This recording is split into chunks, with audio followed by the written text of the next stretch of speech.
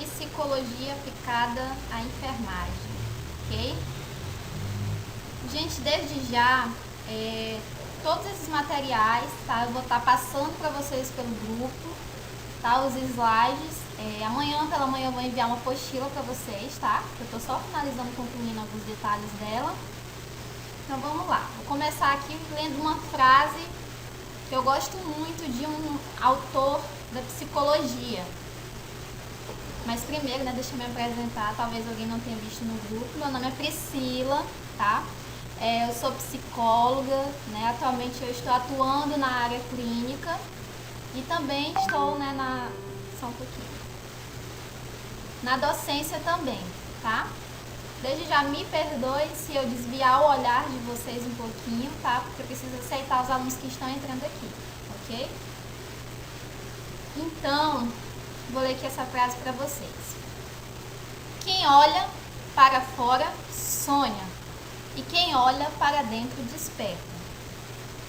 Uma frase assim bem reflexiva, né? Que se você se atentar à mensagem que ela quer nos passar, né? Que muitas vezes a gente vive uma vida de fantasia, né? Nós criamos muitas expectativas, né, para muitas coisas e às vezes a gente até começa, né, a dar início a alguns planos da nossa vida e aí às vezes na metade do caminho você se sente desmotivado, né? E às vezes essa desmotivação por que ela acontece, né? Muitas vezes porque nós não sabemos quem nós somos de fato.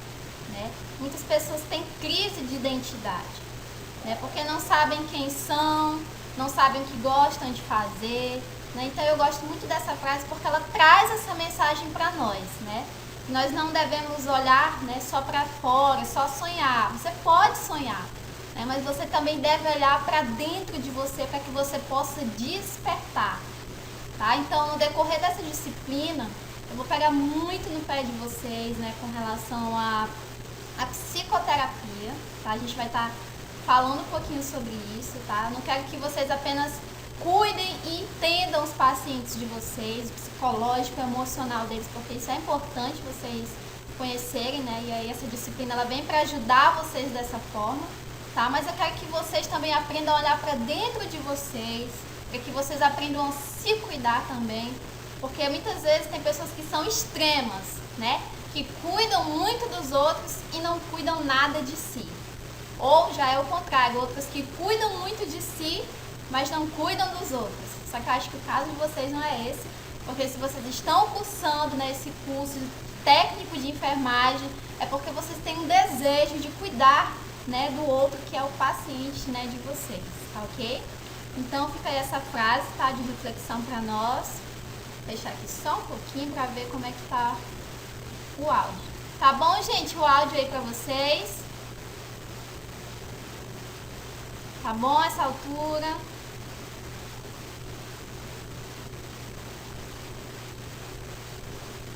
Professora? Não. A aula gravada, gente, eu vou salvar essa aula quando terminar aqui. Já vou enviar pro rapaz da secretaria, tá? E aí ele que vai passar para a plataforma e vai mandar o link que eu envio para vocês. Eu só não sei dizer para vocês o tempo que ele faz isso, tá? Mas vai ser enviado.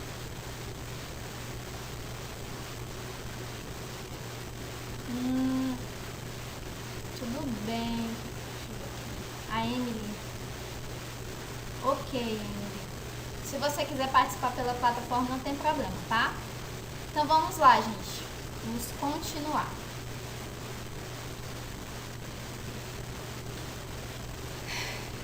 Então, ao decorrer da nossa disciplina, nós vamos estudar sobre o conceito de psicologia, os métodos psicológicos, algumas abordagens que são trabalhadas dentro da psicologia. Vocês vão perceber que dentro da psicologia existem vários tipos de psicólogos, tá? Porque dentro da psicologia a gente tem uma infinidade de áreas de atuação, tá? E aí eu vou estar desmistificando muitas coisas para vocês, tá bom, da psicologia. A gente vai aprender também sobre os tipos de comportamento humano em habilidades sociais, tá? conteúdo que eu mais gosto de dar, de trabalhar é esse aqui, né? De comportamento humano, de habilidades sociais. Por quê? Porque a gente começa a treinar e a gente começa a se perceber, né? Perceber muitos comportamentos nossos, identificar o comportamento das outras pessoas, até mesmo da nossa família, né? Nos nossos relacionamentos, enfim, tá? A gente vai aprender também na disciplina de psicologia estruturas de personalidade, tá? A gente vai aprender também sobre desenvolvimento humano, algumas características, tá? Algumas características da infância, da adolescência, do adulto e do idoso. Por quê? Porque a gente precisa aprender a lidar com as características de cada fase do desenvolvimento, tá bom? E o nosso último conteúdo vai ser relação, enfermagem e psicologia, né? A gente vai entender o porquê, né, dessas duas disciplinas se unirem, né? Enfermagem e psicologia, as duas são da saúde, mas elas também se complementam muito, tá bom? Então vamos lá. O que é psicologia? Antes de dar um conceito para vocês de psicologia, eu gostaria que vocês assim pensassem um pouquinho, né, o que vem à mente de vocês quando eu falo assim sobre psicologia, né? Será que eu gostaria de saber muito, se vocês puderem me responder pelo chat aí, tá bom? Eu gosto muito de que vocês participem, gente, pra mim não ficar só falando, tá? Eu gostaria de saber se alguém aqui de vocês, se vocês já fizeram psicoterapia, se vocês já foram psicólogo, ou se não, ou se vocês acham que o psicólogo, ele é pra doido, né? O que vocês acham, gente, da psicologia? Vocês já ouviram falar mal de algum psicólogo que é doido, isso, aquilo? Queria que vocês refletissem um pouquinho.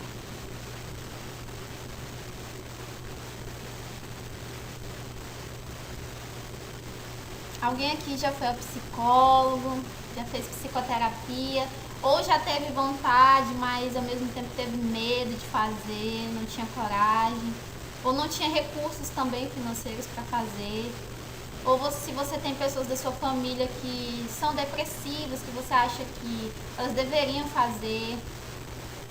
Vamos lá, Jéssica, é ciência que estuda o comportamento humano e os seus processos mentais. A Priscila falou aqui, não acho que seja para doido, acho que é necessário, não fiz ainda. Muito bom. Ok, então vou voltar aqui pro slide, tá? Vamos lá, gente. Vou dar aqui o conceito para vocês, tá? Então, o que é de fato a psicologia, né? A psicologia é uma ciência que estuda o comportamento humano e o que motiva esse comportamento, né? O porquê que eu sou uma pessoa, por exemplo, esquentada, né? Como se fala, a gente fala no senso comum, né? Eu sou uma pessoa esquentada. Fulana, a minha mãe é muito calma, né? Tem pessoas que já são calmas, mas em determinadas situações elas explodem, né? Outras pessoas não podem ter um pouquinho de raiva, que já avança, que bate, que parte para agressão psicológica, pela agressão física, né? E há também um tipo de agressão verbal, né? Agressões psicológicas, que você fere o psicológico do ser humano também. Então, gente, a psicologia ela vem para isso, para estudar esse comportamento do ser humano, analisar o porquê que nós somos de fato como nós somos, por que nós agimos assim e buscar lá da raiz também algumas abordagens psicológicas, tá? E também a psicologia, ela estuda os processos mentais. Que processos são esses? Percepção, consciência, memória, linguagem, pensamento e aprendizagem. E eu gostaria de passar para vocês um videozinho de 2 minutos, tá? Bem rápido, bem objetivo, para vocês entenderem um pouquinho sobre esses processos psicológicos que todos nós passamos, tá bom? E aí vocês me dão um feedback aí quanto ao áudio, tá? Só um pouquinho. Bom, mas vamos lá. Os processos psicológicos básicos são os processos relacionados com as nossas funções mentais. Quando falamos de psicologia, vem à nossa mente a clínica e as suas terapias.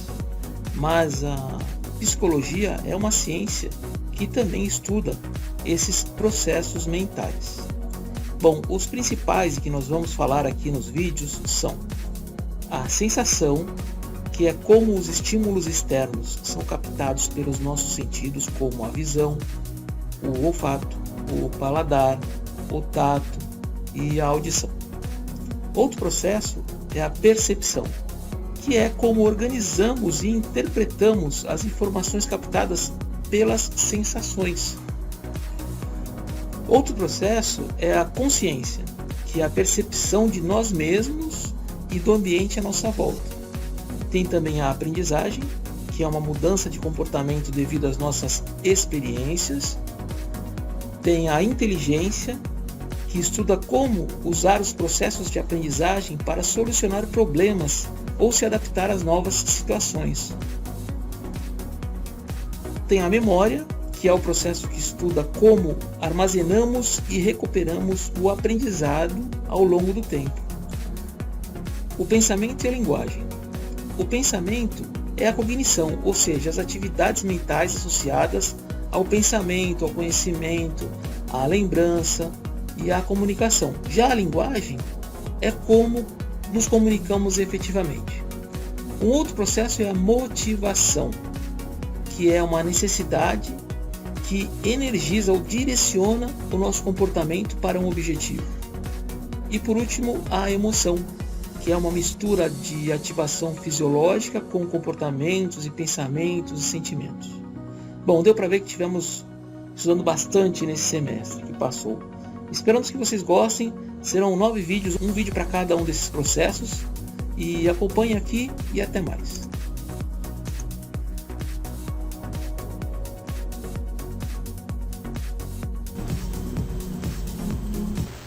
Ok. Gente, deu para vocês ouvirem bem aí o vídeo?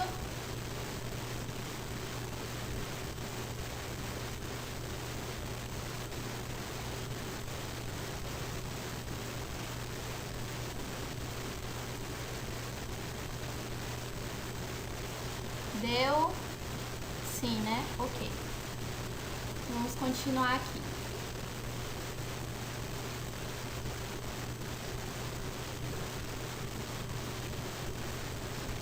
Vamos lá, mas por que estudar psicologia no curso técnico de enfermagem? Né? Perguntei aqui no início, antes de nós começarmos a aula, né? E teve uma pessoa aqui que falou, né, que era para compreender melhor o paciente, ajudar vocês, né? E falando, né, no senso comum, basicamente é isso mesmo, tá bom?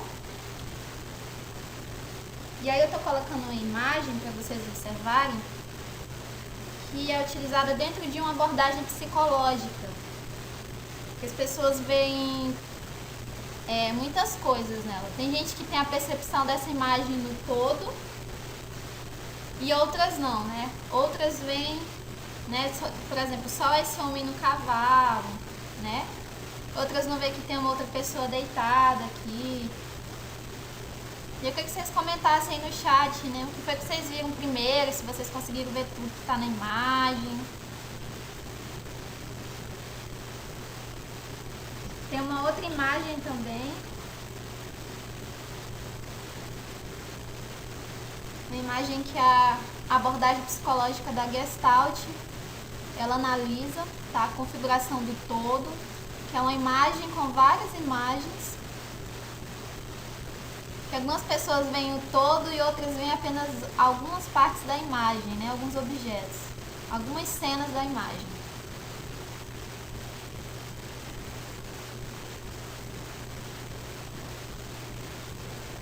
Então vamos lá.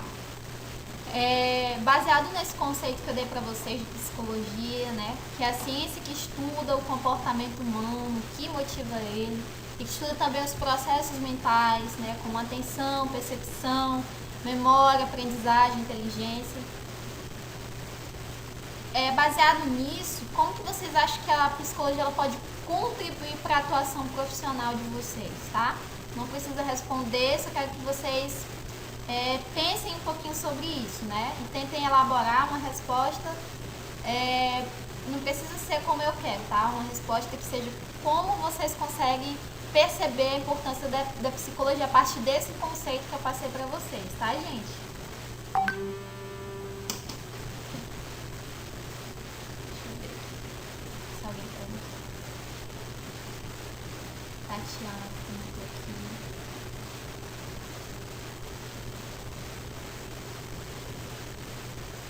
Ok, vamos lá.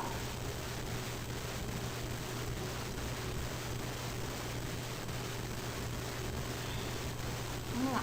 A história da psicologia, cuja etimologia deriva de psique, que é a alma, e logos, que significa conhecimento, ou seja, é um conhecimento, um estudo da alma, se confunde com a filosofia até meados do século XIX. Então, até o século XIX, a psicologia era muito confundida com a filosofia e com a fisiologia, né? Mas, todavia, a psicologia ela teve as suas raízes na filosofia e na fisiologia, tá bom, gente? E aqui tem alguns filósofos que foram os primeiros a fazer essa discussão, né, sobre a alma, né, sobre a razão e a partir desses três, né, filósofos que começou a se conceituar a psicologia, tá? Para Sócrates, a principal característica do ser humano era a razão, aspecto que permitiria ao homem deixar de ser um animal irracional. Para Platão, discípulo de Sócrates, ele conclui que o lugar da razão no corpo humano era a cabeça, representando fisicamente a psique. Então, para Platão, a psique estava na mente, né? A mente, aliás, perdão, estava a psique estava localizada na cabeça. Já Aristóteles, discípulo de Platão, ele entendia corpo e mente de forma integrada e percebia a psique como princípio ativo da vida. Então aqui Aristóteles já teve uma visão mais completa, né, a respeito da psique. A subjetividade como objeto da psicologia, né? Frisem bem esses conceitos aqui, tá? Que eu tô passando pra vocês, que pode cair na prova, tá? Não querendo assustar vocês, mas eu vou fazer uma revisão com vocês, uma aula sobre os conteúdos, tá? De forma objetiva, resumida, tá, gente? Para que vocês façam uma boa prova, ok? Vamos lá. A subjetividade como objeto da psicologia. Subjetividade, o que é? É a maneira de sentir, pensar, fantasiar, se comportar, sonhar e amar de cada um. É o que constitui o nosso modo de ser. Por exemplo, coloquei aqui um exemplo para vocês no slide. Sou filho de japoneses, adoro samba e rap, pratico yoga, tenho vontade, mas não consigo ter uma namorada, tá? Então, são características únicas de cada um, né? Cada um de nós temos um jeito único de ser, nós temos gostos diferentes, né? E por aí vai. Ou seja, cada um tem a sua singularidade. Vejamos aí nessa imagem que eu coloquei aqui no cantinho, né? De dois homens de frente para o outro e tem um número aí, né?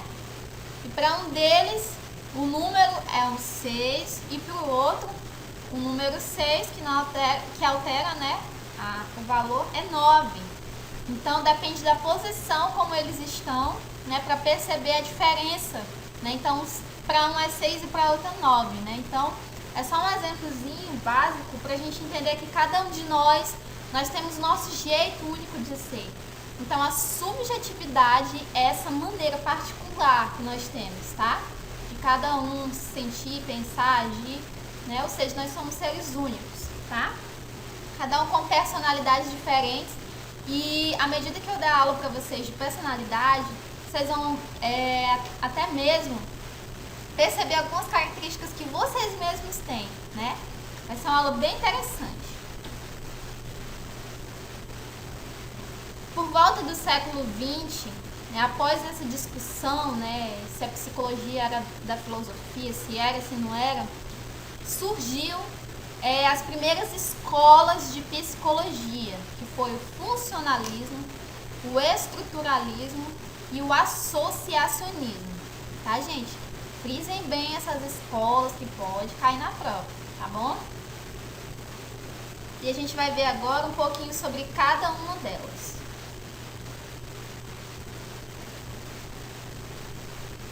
Funcionalismo. William James, ele elegeu a consciência como o centro de suas preocupações e busca para a compreensão do seu funcionamento. Ou seja, na medida que o homem a usa para adaptar-se ao meio. Ou seja, ele procurava entender o que fazem os homens e por que o fazem. Por que eu funciono da forma que eu funciono? Era basicamente isso, tá? Então, William James, ele foi o teórico que se preocupou em responder isso. O estruturalismo também está preocupado com a consciência, porém, Eduard, ele vai estudá-la nos seus aspectos estruturais. Ele se preocupou em estudar os estados elementares da consciência, como estruturas do sistema nervoso central. E eu pergunto para vocês, né? Vocês lembram o que é o sistema nervoso central, que a gente estuda aí no ensino médio, né? Para quem não lembrar, eu coloquei aqui no slide, tá? O sistema nervoso central, ele é responsável por receber e processar informações. Ele é constituído pelo encéfalo e a medula espinhal, que estão protegidos pelo crânio e a coluna vertebral. E aqui eu coloquei para vocês nesse gifzinho exemplificando o nosso sistema nervoso central, tá? Então, essa escola aqui, ela buscou basicamente estudar a consciência a partir de tudo isso, tá? A partir de estruturas mentais. O associacionismo, o principal representante é Edward Thorndike. O termo associacionismo origina-se da concepção de que a aprendizagem se dá por um processo de associação de ideias. Por exemplo, vamos explicar um pouquinho essa associação de ideias, né? Se eu falar a palavra, por exemplo, leite para vocês, o que vai vir na mente de vocês?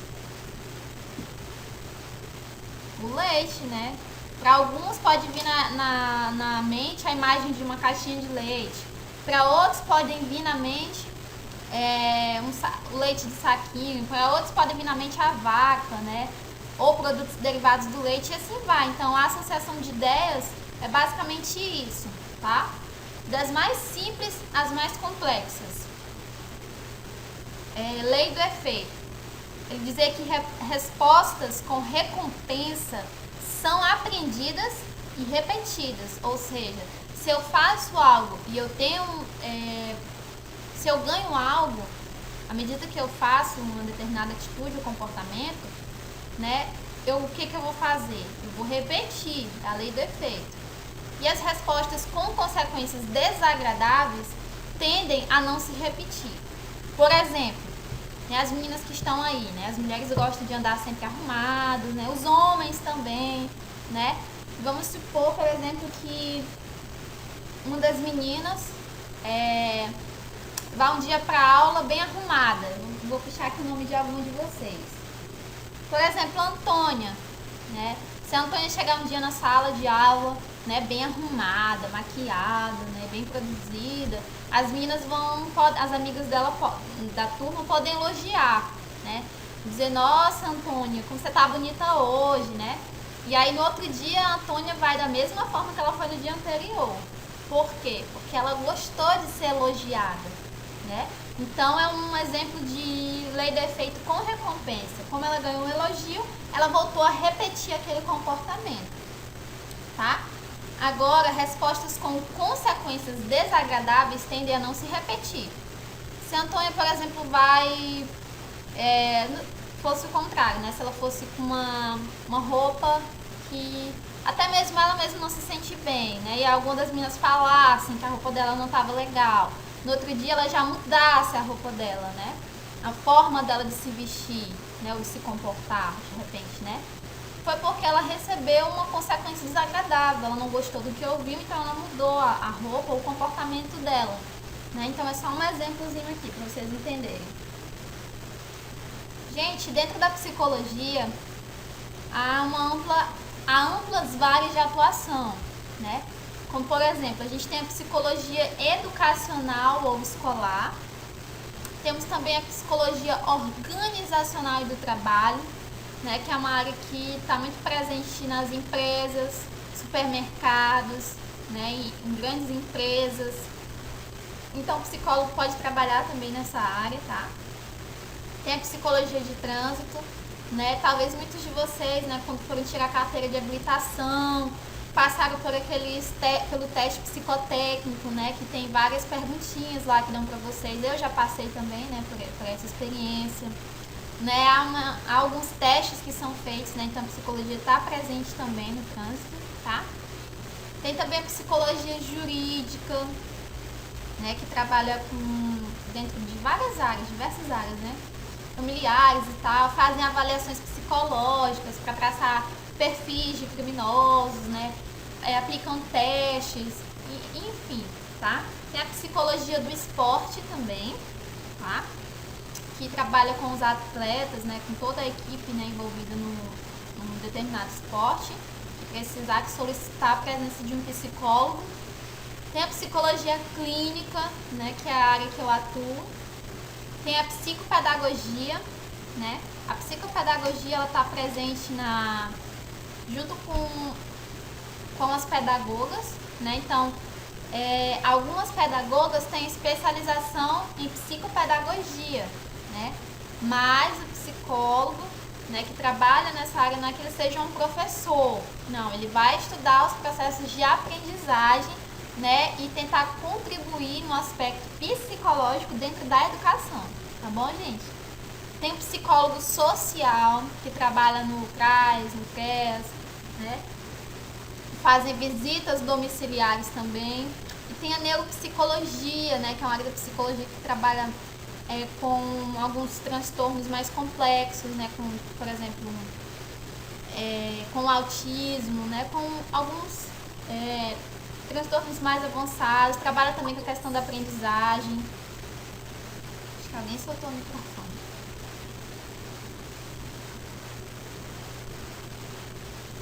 Deixa eu voltar aqui. Gente, tá bom pra vocês a altura da minha voz? Vocês estão conseguindo entender? Estão anotando aí? Vocês estão anotando, gente? Estou falando muito rápido. Podem falar aí, tá, gente? Quer que vocês fiquem com sono também não, tá, gente? Uma dica que eu ia dar pra vocês, né, é vocês procurarem assistir a aula num lugar calmo, né? Eu sei que, claro, que alguns têm filhos também, né? Se você puder deixar o seu filho com alguma coisa, um caderno, uma caneta, desenhando, né? Pra você ficar aí bem concentrado na aula. Isso é tudo muito importante, né? O ambiente que a gente tá também ajuda muito na aprendizagem. Procure não se distrair muito, tá bom? Estão gostando? Se não estiver gostando, pode falar também, posso melhorar, tá? Então vamos continuar. Vou desligar aqui minha câmera. Vamos lá. Continuando.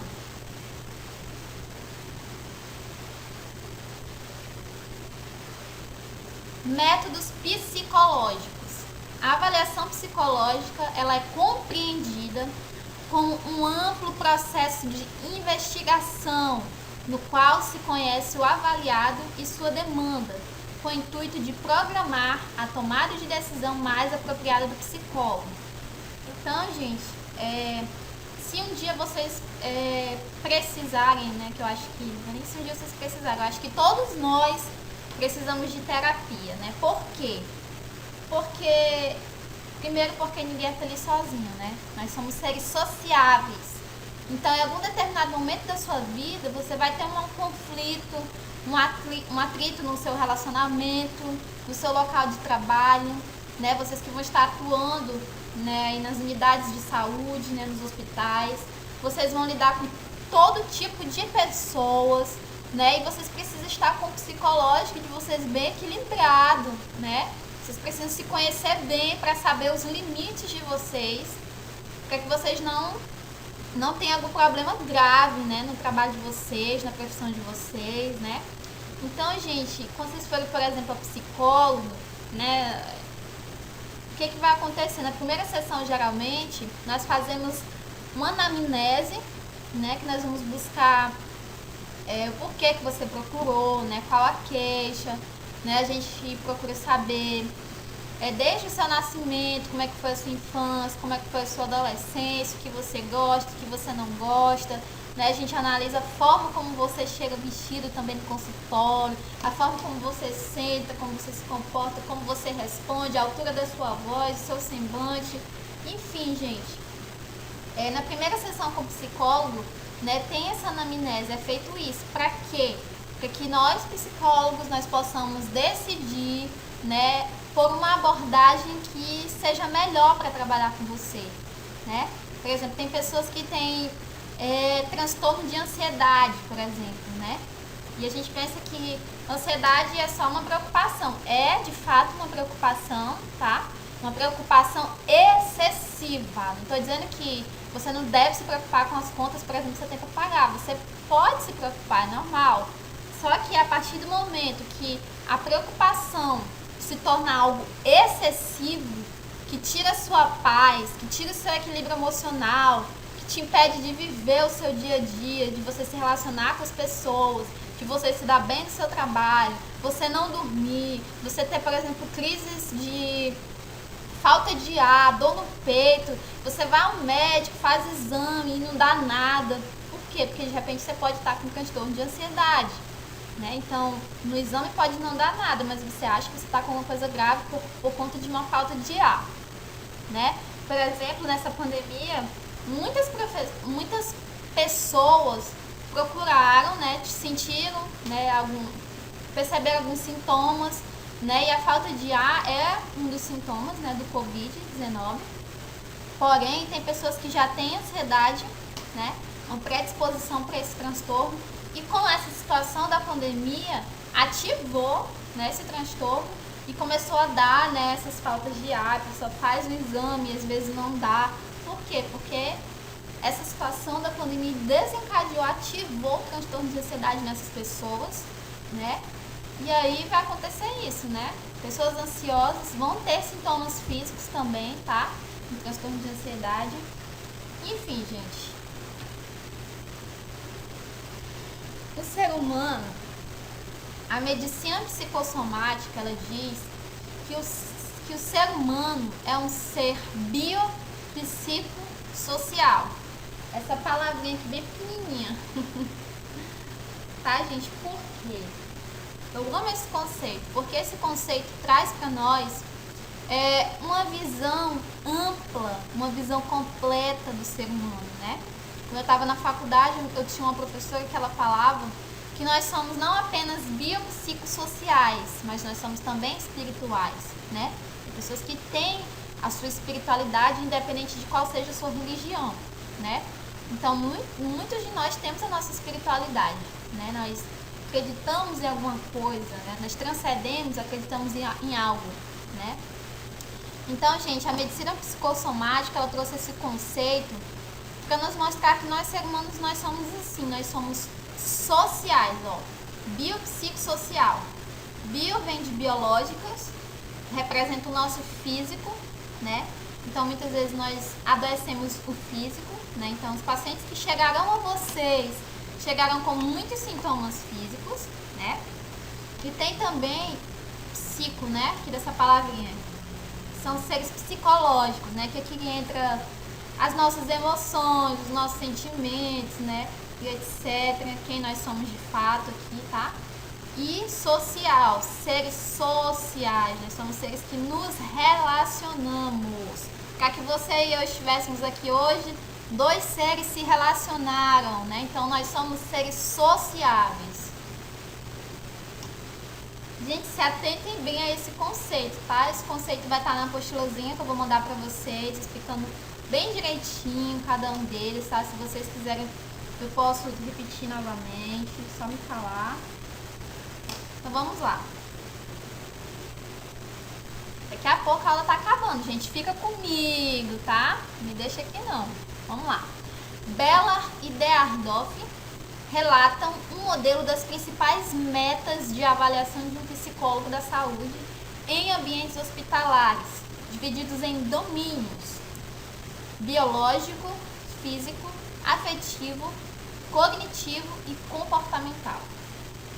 E eu vou explicar para vocês um pouquinho o cognitivo aqui, tá? O que seria? Professor, o que é cognitivo? Vem de cognição, ou seja, é o modo como nós nos apropriamos das informações do mundo, é a forma como nós pensamos, é a forma como nós aprendemos, tá? Então, aqui, enquanto eu estou falando para vocês o conceito de cognição, vocês estão recebendo esse conceito e entendendo o que é cognição. Então, cognição é isso, é a forma como eu aprendo, né, as coisas ao meu redor, como eu assimilo, tá bom? Então, cada um de nós, a gente tem uma forma de aprender, né?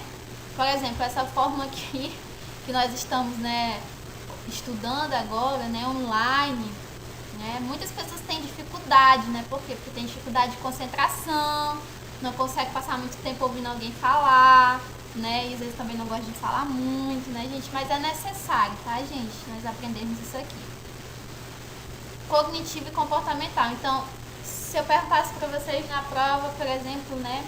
Relatem aí o modelo das principais metas de avaliação de psicólogo da saúde em ambientes hospitalares, né? Então, seriam esses aí, divididos em domínios. Tem domínios e unidades. Domínios são esse aqui: biológico, físico, afetivo, cognitivo e comportamental. Ou seja, a gente avalia qual o biológico e físico, né? Qual que é a doença desse paciente, né? O que ele apresenta. Qual o sentimento afetivo? Qual o sentimento desse paciente com relação à doença que ele tem? Será que ele tem conhecimento? Será que ele foi informado sobre essa doença que ele tem, que aqui entra o cognitivo, tá? É como ele se apropria das informações sobre a própria doença que ele tem, se ele sabe ou se ele não sabe de nada. E comportamental, qual que é o comportamento desse paciente em relação ao adoecimento dele, tá? E ele também é dividido em unidades: paciente, família, sistema de saúde e o contexto sociocultural, né? Então, gente, nas unidades vai ser todo esse conjunto, né? Quando você receber um paciente, você vai estar recebendo um paciente e a família desse paciente também, né? Que é o acompanhante, né? E aí, muitas vezes vocês vão se ver limitados pelo próprio sistema de saúde, né? E aí tem também o contexto sociocultural, né? Pessoas que são do interior, pessoas que são da cidade, né? Vocês precisam aprender a lidar, né, com o nível das pessoas, né? Enfim, né, gente? Então é todo um conjunto. Vejam que é um desafio trabalhar na saúde, né? Vou sair aqui rapidinho só para ver se alguém mandou alguma pergunta. Professora, eu sou ser humano que quando quer uma coisa tem que ser naquele momento, naquela hora e naquele tempo. Isso é normal, né? Então, gente, Antônia, depois a gente conversa, tá bom? No privado. Aliás, eu posso te responder isso no dia que a gente falar sobre as estruturas de personalidade. Na verdade, eu não vou precisar nem te responder. Quando eu começar a falar sobre as estruturas de personalidade, automaticamente você já vai se identificar, né? E aí eu vou te dizer se é normal ou não, tá? Continuando, vamos lá. Tá acabando, gente, fica comigo, tô terminando. Metas biológicas. As metas biológicas são a avaliação desses aspectos, como a natureza, né, localização, a frequência dos sintomas, os tipos de tratamento recebido, as características, né, se são invasivos, se não são, se esse paciente tem informações de sinais vitais, se ele passou por exame, se ele tem presença de álcool, né, se ele está bêbado e etc. Além de informações genéticas e procedimentos médicos, tá? Metas afetivas, eu acho que eu já expliquei isso para vocês, né? Mas repetindo, é a avaliação sobre os sentimentos do paciente sobre a doença, né? Tratamento, futuro. Então, muitas vezes, gente, vocês não vão ter que ser só os técnicos de enfermagem, né? Vocês vão ter que fazer muitas vezes o papel de psicólogo daquele paciente, vocês vão ter que fazer o papel de mãe, de pai, porque às vezes tem muito paciente que fica sozinho, que é um paciente difícil, que às vezes nem a família quer ficar com ele, acompanhando, né? Então, gente, é um desafio, né? Por isso que é importante a gente fazer terapia, pra gente se conhecer. Mais uma vez eu volto a falar e repito, não precisa só de psicoterapia quando você está num estado extremo, quando aconteceu algo muito grave, né? Não espere acontecer algo grave, né? Procure se conhecer. A psicoterapia é para que a gente venha se conhecer. Então, as metas afetivas são nesse sentido, tá? São sentimentos do paciente sobre a doença, o seu tratamento, o futuro, limitações e os históricos de variação de humor. Metas cognitivas. É o conhecimento do paciente sobre o quadro e a situação de saúde dele, a manutenção das suas funções, como percepção, memória, inteligência, tipos de padrões de avaliação da situação. Claro, gente, que isso aqui que eu estou explicando para vocês, quem vai avaliar isso aqui é o psicólogo, tá? É o psicólogo que vai avaliar isso aqui, né? Mas por que é importante vocês saberem? Porque quando vocês estiverem atendendo o paciente, vocês perceberem que ele não sabe de nada sobre a doença dele, né? Eu acredito que a profissão de vocês pode e deve, né, explicar sobre a situação, né, desse paciente, enfim. Métodos e técnicas de investigação.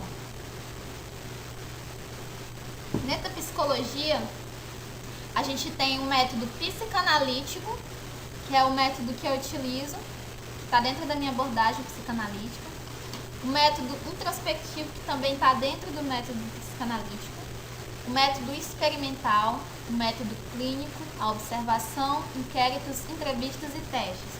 Então, automaticamente, quando você vai ao psicólogo pela primeira vez, que ele vai utilizar são entrevistas, né? Dependendo do seu objetivo ali com o psicólogo, se você quiser, por exemplo, eu quero saber meu tipo de personalidade, ele pode aplicar um teste com você, né? Para descobrir qual a sua personalidade, como que você é, tá? Vou correr aqui um pouquinho. A gente tem essa abordagem aqui, cognitivo-comportamental. É como se fosse assim, gente, dentro da psicologia, tem vários tipos de forma que nós podemos trabalhar. Tem algumas abordagens. E essa abordagem cognitivo-comportamental é uma abordagem que esse psicólogo trabalha com essa abordagem, tá? A ênfase dele vai ser no processamento cognitivo, na explicação do funcionamento psicológico do indivíduo. Ele vai fazer avaliações contínuas dos acontecimentos de vida do paciente. Ele vai fazer uma associação das cognições, das reações emocionais. O foco vai ser as cognições, tá? Aqui dessa abordagem, as cognições, as emoções e os comportamentos. E os métodos que ele vai utilizar, que essa abordagem vai utilizar, são técnicas comportamentais e cognitivas, né? Por exemplo, quem tem transtorno de ansiedade e tem esse sintoma físico da ansiedade, alguns psicólogos da abordagem cognitivo-comportamental, que é essa que nós estamos falando, eles aplicam técnicas de respiração, tá? Aplicam algumas técnicas, por exemplo, tem pessoas que têm fobia, que têm medo de altura, que têm medo de ficar no ambiente fechado, né? Então, dentro dessa abordagem, tem alguns tipos de técnicas, né, que eles expõem esse paciente, aquela fobia que ele tem, para trabalhar, tá? Esse medo, essa fobia que o paciente tem de estar, por exemplo, em lugares fechados, tá, gente? Então, essa abordagem vai trabalhar com isso. A abordagem psicanalítica, que é essa que eu trabalho, ela foi proposta por Sigmund Freud, e para ele a razão não governa o comportamento. Ele propôs que forças psicológicas inconscientes afetam poderosamente o pensamento e o comportamento humano. Essas forças têm origem nas emoções da infância e a sua influência perdura durante toda a vida. Para ele, os seres humanos são dirigidos por instintos. Por exemplo, tem uma aula que eu vou falar com vocês a respeito dessa abordagem aqui, tá, gente? Mas eu vou dar um exemplo. Por exemplo, algo que é inconsciente. Deixa eu dar um exemplo aqui pra vocês. Por exemplo, um casal está dormindo, né, na cama, e aí eles estão, por exemplo, um deles está sonhando. Vamos supor que o homem está sonhando, e aí no sonho ele fala o nome de uma outra mulher, né? E aí a mulher acorda, tá com sono leve ali de madrugada, e ela fica, o que esse homem tá falando? Quem é? Por exemplo, ele fala, sei lá, o nome Maria, tá, gente? Nada contra Maria, só um exemplo, tá? Ele fala, Maria, não sei o que, fala alguma coisa, né? Pode ser um sonho normal, ou um sonho de paixão, erótico, não sei. E aí eles soltam esse nome, né? Enquanto ele tá sonhando ali, nome de outra mulher, a mulher dele escuta, né? Por que é isso, professora? Essa minha abordagem, ela explica que é a abordagem psicanalítica, né? Na verdade, os sonhos, eles são desejos, né, que as pessoas têm, e às vezes a gente, por exemplo, você tá na situação de um dia, e aí você não quis ter contato com determinado assunto, com determinada pessoa, só que às vezes de noite você sonha com essa pessoa, né? Porque foi algo inconsciente. Não é porque eu quero, por exemplo, esse homem não é porque ele quis, né, sonhar uma outra mulher, mas é porque inconscientemente, sem ele querer, aquela mulher despertou algo nele que ela foi parar no sonho dele, né? Então, essa abordagem psicanalítica é bem louca mesmo, tá? Porque ela trabalha com coisas, com situações, com assuntos que a gente não gosta de tratar, né? Então, às vezes, gente, a gente odeia muito uma pessoa pelo jeito de ser dela, mas às vezes a gente não odeia só por odiar, tem um motivo para me odiar aquela pessoa, né? Muitas pessoas odeiam, por exemplo, uma pessoa que é bem comunicativa e você é tímido, mas você odeia aquela pessoa que é comunicativa. Por quê? Né? Às vezes isso se chama inveja, muitas vezes, né? Por quê? Porque aquela pessoa é de um jeito que eu gostaria de ser e eu não sou e eu não consigo. Então aquilo me causa inveja, né? E dentro dos sonhos, desse exemplo que eu dei pra vocês, né? Do casal, os sonhos, eles são desejos inconscientes, né? E por isso que a gente sonha. A gente não quis, na nossa realidade, ter contato. Aquele homem, na realidade, ele não queria ter contato com aquela mulher. Mas ele viu ela, ele ignorou, não olhou, mas de noite sonhou. É algo inconsciente, tá? É só o exemplo que eu tô dando pra vocês. Tá, gente? Tô terminando, gente. Faltam 5 minutinhos, tá? Fiquem aqui comigo. Esse é o último slide. Eu vou abrir para as perguntas, tá? Obrigada a vocês que estão aqui comigo, guerreiros. Vamos lá. E tem também, gente, a Gestalt. Teve uma figurinha que eu mostrei pra vocês lá no começo, né? Que dentro dessa figura tem várias figuras, né? Então é um todo. Então a Gestalt, essa abordagem da psicologia, trabalha com isso. Ela trabalha baseada nos princípios de organização, de configuração, como eu me configuro como pessoa, né? E ela trabalha na observação do livre, funcionar na natureza, no corpo e no comportamento sadio e espontâneo, tá? Essas abordagens que eu trouxe para vocês, só para vocês conhecerem um pouquinho, tá bom? Sobre esses olhares que a psicologia tem, tá? Então aqui eu encerro esse slide com vocês.